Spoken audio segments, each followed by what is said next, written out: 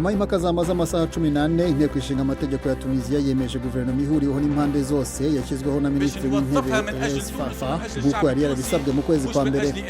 Minisitiri w'imari wa Afurika y'Epfo Tito Mboweni yatangaje gahunda yo kugabanya ingengo y'imari ya leta mu rwego rwo kwirinda ihungabana ry'ubukungu bw'icyo gihugu. Mboweni arashaka ko umushinga w'itegeko rigena imishahara y'abakozi ba leta wakurwaho mu rwego rwo kuyigabanya. Irumbo ry'inzige ryateye mu majyaruguru ya Uganda nyuma y'iminsi ishize ryibasiye uturere tunyuranye twa Afurika y'Uburasirazuba. Ishami ry'umuryango w'abibumbye ryita ku biribwa riravuga ko niba nta gikozwe ubwinshi bwazo bushobora kwikuba kabiri. Abasirikare barenga 1500 bakomoka mu bihugu 34 bya Afurika bakoze umwitozo uhuriweho wo kurwanya iterabwoba.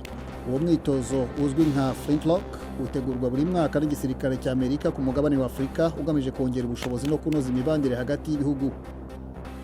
Leta ya Kenya yaciye iyicwa ry'indogobe zikoreshwa mu gushaka umuti witwa Ejiao abashinwa bakura mu mpu z'indogobe. Uyu muti wakenewe cyane mu minsi ishize watumye umubare w'indogobe muri Afurika ugabanuka cyane.